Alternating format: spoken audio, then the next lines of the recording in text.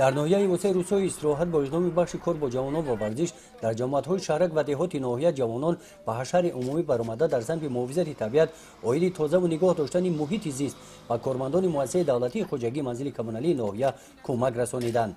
همچنین در میدان گلباغ شهرک هولبوک کارمندان مکتب ورزشی زیاده از 100 بیخ نیال‌های سایه‌افکن شنیدند.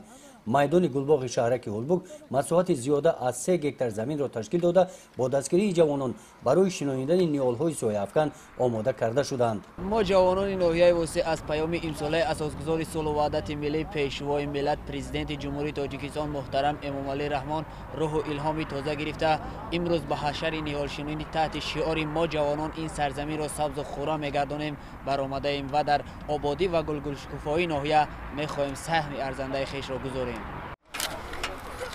در این روز در باغ استراحتی و فراغتی جوانان بیخ نیال‌های باغ را ملایم نموده اطراف راه و روها را از پرتاب‌ها تازه کردند. از روی معلومات بخش کار با جوانان و ورزش در ماه فوریه با اشتراک جوانان در ناحیه زیاده از 500 نیال‌های سایه‌افکن و میوه دهنده شنانیده شده. همین گونه حشرها تا جشن نوروز ادامه می‌یابند. گزارش خواجه نظریف خدای نظر ظهوروف از ناحیه واسع برای برنامه اطلاعاتی نوید.